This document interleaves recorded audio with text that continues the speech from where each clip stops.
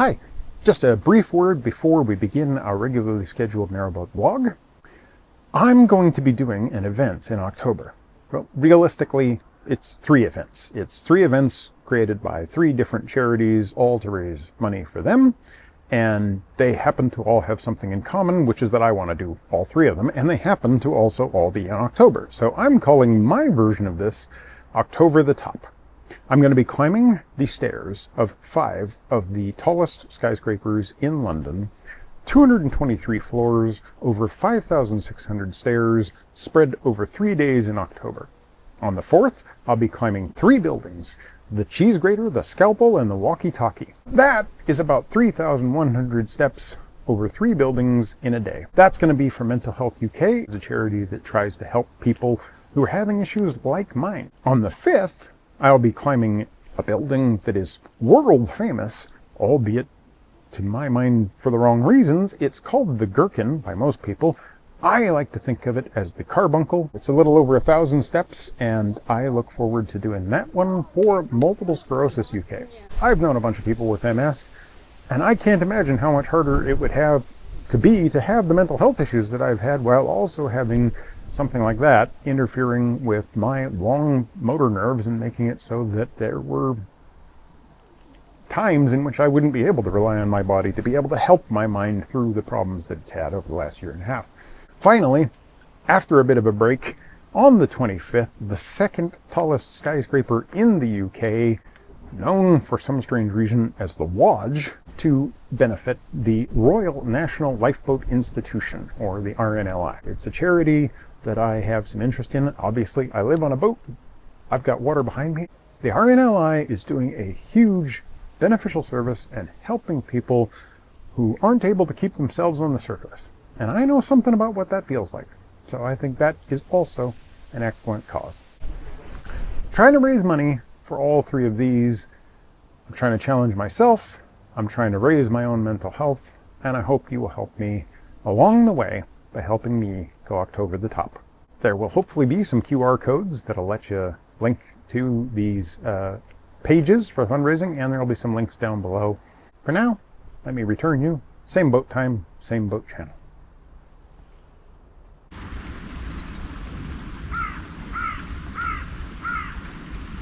Good morning. Not the middle of the night, but it's not yet dawn. We don't yet have sunrise. That's happening in a little while. But we are getting ready to head out towards Wakefield and Fall Ings Lock and the Wakefield Woodlock. Which reopened yesterday. I checked the thing this morning, it's still open, so that's good. Even though it's been raining, like last night. Yeah. It's still raining, which is why we're inside. It may have changed its mind before we arrive. But yeah, it's an early morning go. There's a footbridge directly in front of us we've got to push past, and then we've got... a swing footbridge. Yeah, a swing bridge. Yeah. And then we've got about half a mile to the first lock. Yeah. 3 locks and then a river section. So the big question is whether or not the river section is in fact in flood, or if not. Because once we pass Fall Ings Lock onto the river section, we're on the Calder and Hebble, and we need our hand spike. We don't get any more powered locks. So it could be an interesting day, and we're just going to go as far as we can, really, which is why we've got the early start, and hopefully it's going to stop raining at some point. Yeah, AccuWeather has said it's going to stop raining in about an hour for about the last 4 hours. And it's actually forecast to be sunny this afternoon, so the first time I saw a thing saying it's going to stop raining, it was at 7 o'clock. Yeah, okay. So at 4 o'clock in the morning it said at 7 o'clock in the morning it's going to stop raining.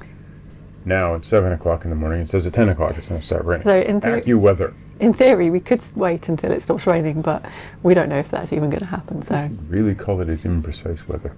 Inaccurate weather. We're on our way. Momentarily. And we're very happy to be doing so. Yeah. Especially me, because I got to get out in the waterproofs and everything. And So why? I'll be standing at the back the whole time. I'm not doing the swing bridge. You said when I got up this morning, you're going to stay in bed while I do all I did say that.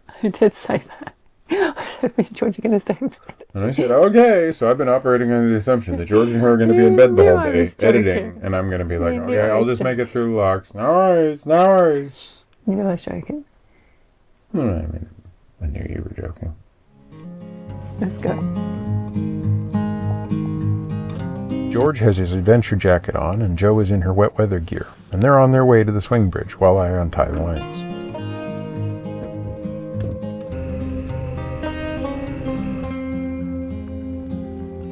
Those swing bridges are not fun to operate at the best of times, but in the rain, they're utterly miserable. We're currently on the Wakefield branch of the Aire and Calder navigation, heading towards Wakefield, where we'll join the Calder and Hebble navigation.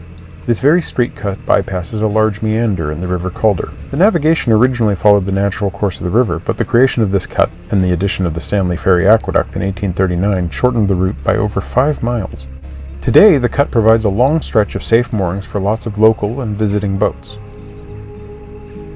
Officially, the maximum size of boat that can use the Wakefield branch is 70 feet 2 inches long by 17 feet wide, so we're seeing some fairly big boats on this waterway. At the end of the cut, we arrive at the first lock of the day, which is Broadreach Flood Lock. Joe is on lock-keeping duty this morning, with George assisting.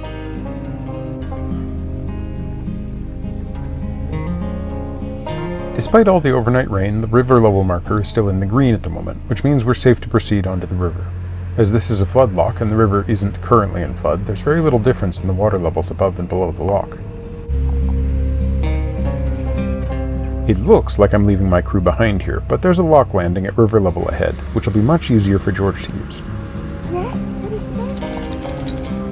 Back on the boat, and we pass under this lovely old brick railway bridge.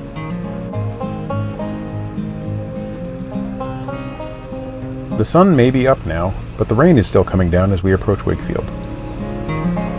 The old junction with the Barnsley Canal is located on the left, just before this road bridge. The Barnsley Canal was built in the late 1700s, and it eventually connected with the Durn and Dove Canal to create a route to the Sheffield and South Yorkshire navigation in Rotherham. The main cargo on the Barnsley Canal seems to have been coal from the collieries just west of the town. In 1947, the Aire and Calder Company applied to abandon the Barnsley Canal, and the abandonment order was granted in 1953. There was an organization called the Barnsley, Durn and Dove Canal Trust who were looking into the possibility of restoring the canals, but unfortunately the trust closed in 2020, and so restoration isn't likely to proceed anytime soon.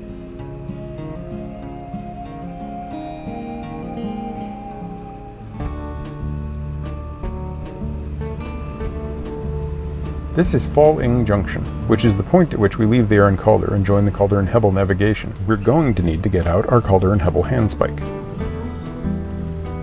The original lock mechanisms on this particular lock have been replaced though, so we don't need the handspike just yet. Officially, the maximum boat length for the Calder and Hebble navigation is just 57 feet 6 inches, but as you can see, many of its locks have been extended and can be used by much longer boats. The rain is really pelting down now. I help with the gate paddles, and we both look utterly damp and miserable. These gates were really heavy to open and close, which is probably why I should have helped. Above the lock is an extra set of gates, which would presumably allow even longer boats to use the lock. Through the gates and a bend to the right, there are some long-term moorings here, as well as some visitor moorings. In the pouring rain, they look pretty inviting, but we choose to carry on.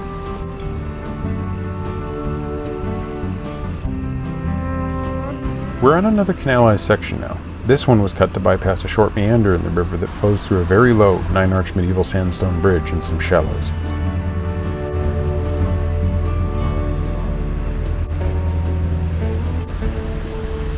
At least the ducks are enjoying the weather.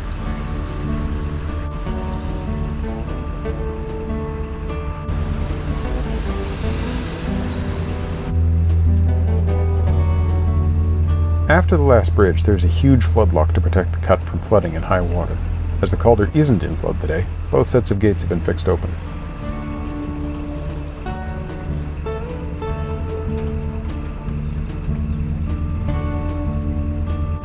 After the second set of gates, there is a wide turn onto the river.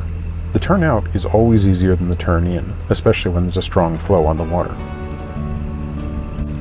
That's the view the other way, back towards the city of Wakefield. And that's where we've just come from. The route of the River Calder meant that Wakefield was a busy inland port. In fact, historically, textile industries thrived along much of the Calder's course. The building of the Calder and Hebble navigation and the creation of the cuts and locks in the late 1700s meant bigger boats could reach Wakefield. This allowed the then town to grow into the largest grain market in the north. There were grain warehouses lining the river here, and many of them have survived, though I guess they house people now rather than grain.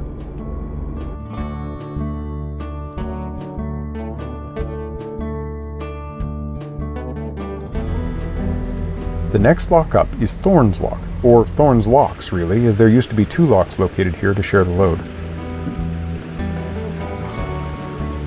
It's finally time to get out our hand spike. The spike is essentially a lump of hard wood that is used in the gear mechanism to ratchet up the paddle.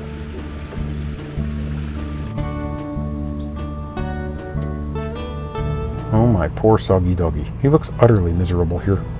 As there is no way to lower the paddles gently, you simply pull out the spike and the paddle drops. Honestly, it seems a bit reckless, but apparently that's how they were designed to be used. There's also some ground paddles housed in these huge iron casings, which can be lowered in the usual way with the standard windlass.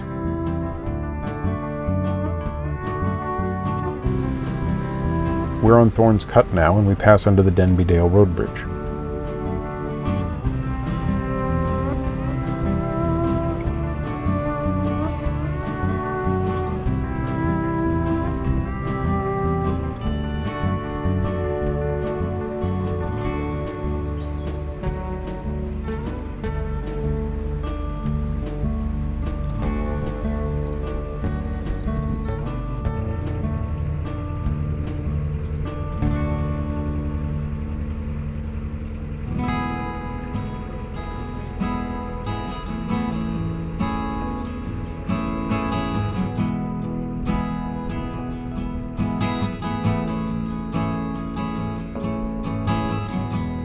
There's another flood lock here. Thankfully, it's been left open too.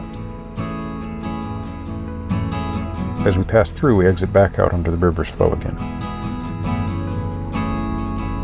According to the gauge, the river is no longer in the green, but it's still clearly in the yellow, so we're still good to go. Looking back, you can see the weir just next to the flood lock gates. The river is incredibly flat despite the slightly high water level, and we are only pushing against a slight current. It's about a mile to the next lock from here.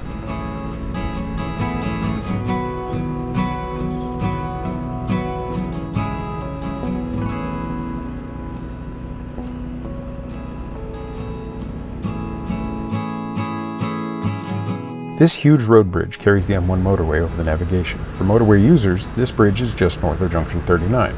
If you've ever wondered, this is what it looks like beneath the motorway.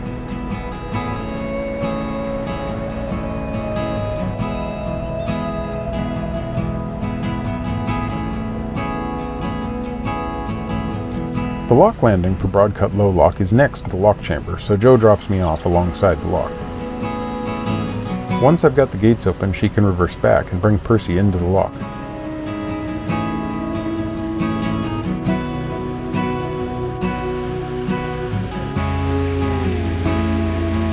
There's a boat above the lock waiting to come down. As there's only a short lock landing, she comes into the lock before we leave so Perseverance can take her place on the landing.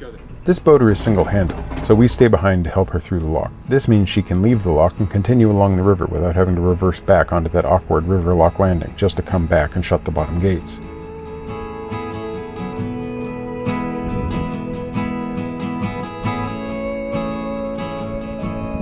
Back on the move, and we'll stay on this man-made channel for the next few miles, with the River Calder meandering along just to the north of the cut. Waller Bridge takes the road over the canal, and just before the bridge is the appropriately named Navigation Inn, which has some convenient visitor moorings outside.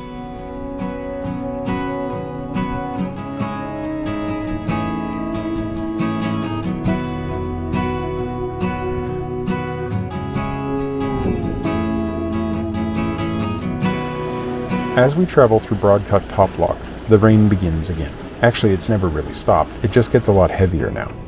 As it is 2.5 miles to the next lock, Joe takes George inside to dry off, and they leave me on the stern to be a hero. Her words, not mine. The next 2 locks are called the Figure of 3 locks, and we still don't actually know how they got their name. Is it because there was once a 3rd lock here that linked onto the river?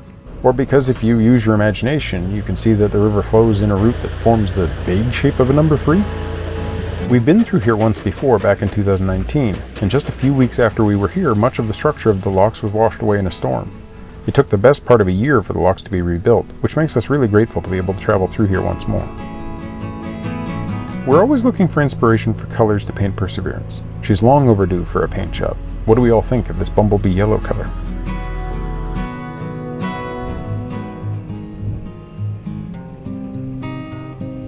It might be a bit late in the video to remind you of this, but the reason everything is looking so autumnal is because this vlog was actually filmed last October.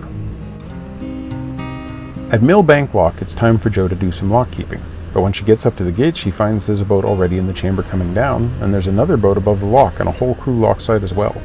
While Jo's happy to help, she's a little surplus to requirements, as the large crew kindly helps Perseverance through too.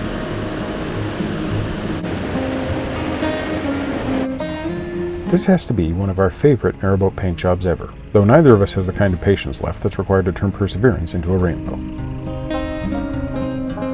It's less than a mile ahead from here to the Dewsbury Arm Junction and the Thornhill double locks, so we want to continue along a little further, but for future reference there are lots of good mooring options along this cut.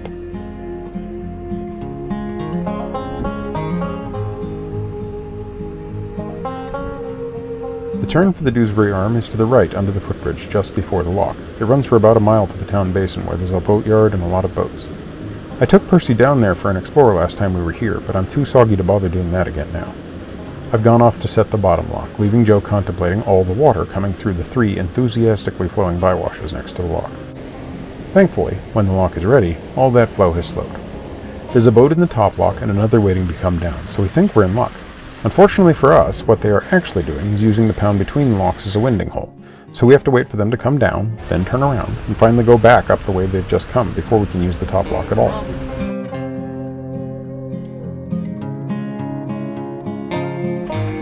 When it's our turn, some of their crew hangs back to help us through, which is really lovely of them.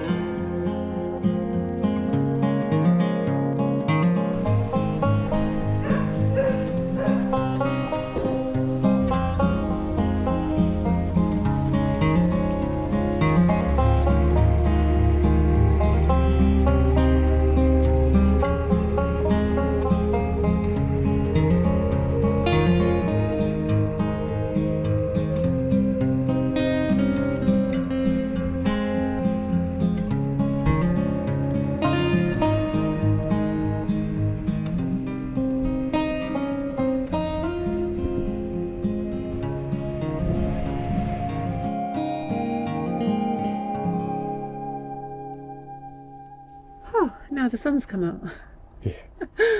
Throughout 2 or 3 hours ago, we were miserable. It's been a weird weather day. It's been like cloud and fog and rain and AccuWeather, which I am now going to start calling lie weather or inAccuWeather or something like that. Anyway, it just kept saying an hour from now the rain's going to stop, an hour from now the rain's going to stop. And it just got later and later. And it's like the rain's just never going to stop. Then bang, the rain stops and it's sunny and it's warm. But yeah, it was about 11:30 I think it stopped. Yeah.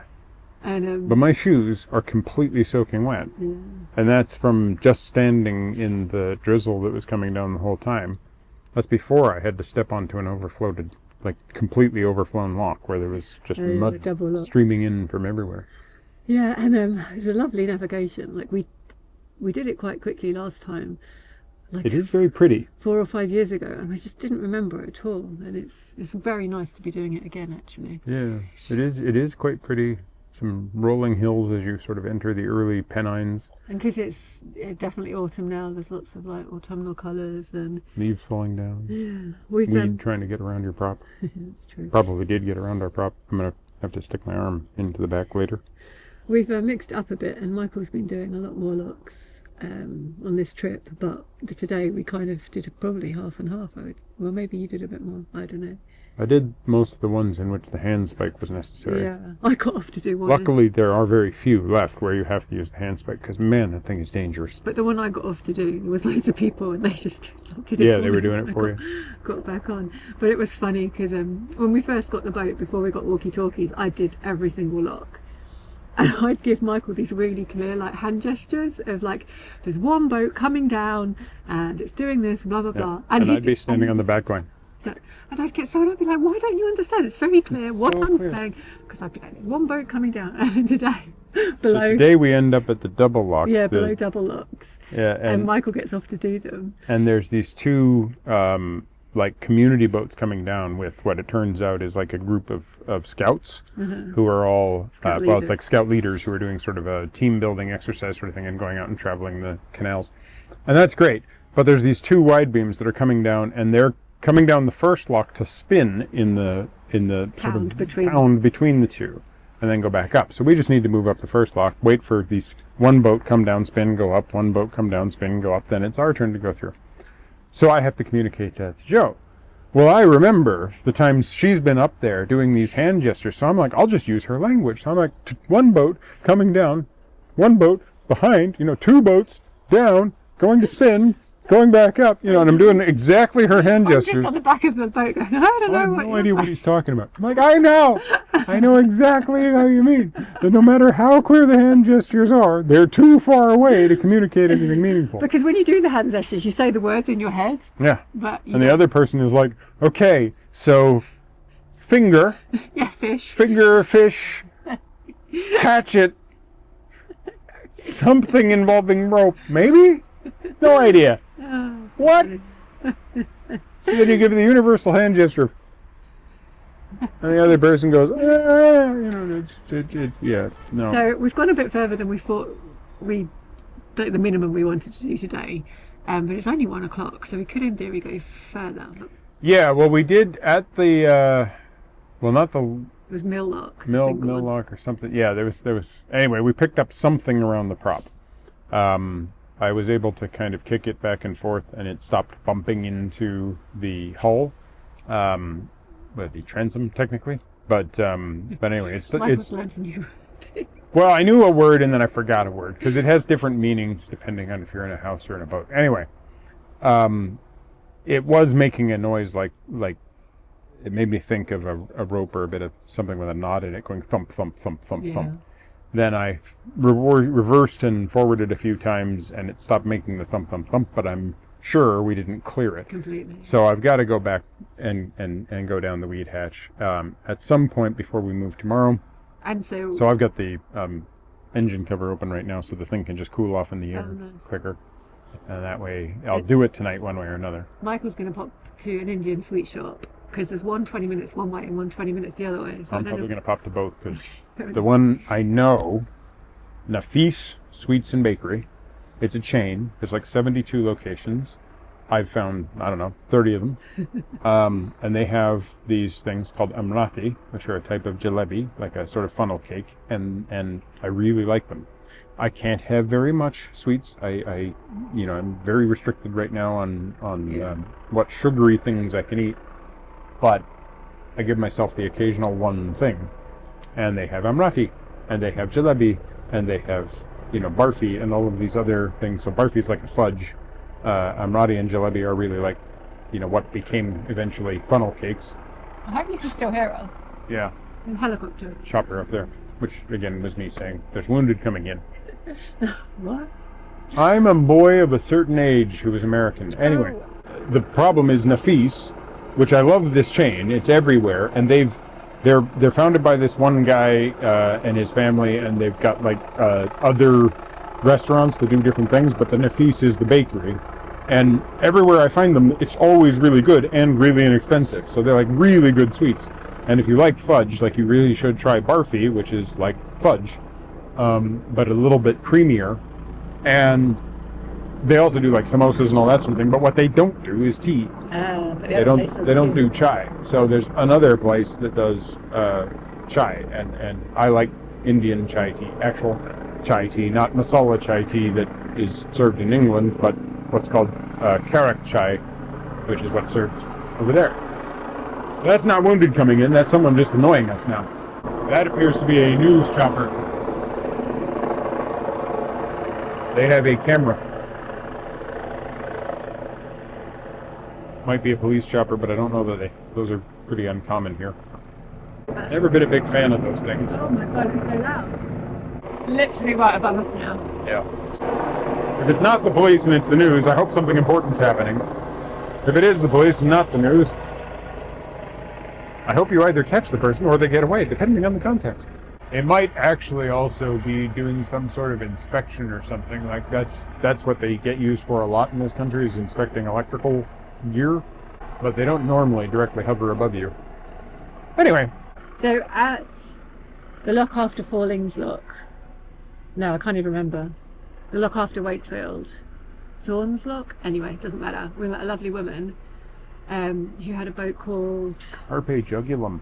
And It's a Terry Pratchett reference. and then I found out, because I'm not understanding Terry Pratchett references, that she had one cat with a paw missing and one cat with an eye missing. And I hope the one with the eye missing is named Grebo.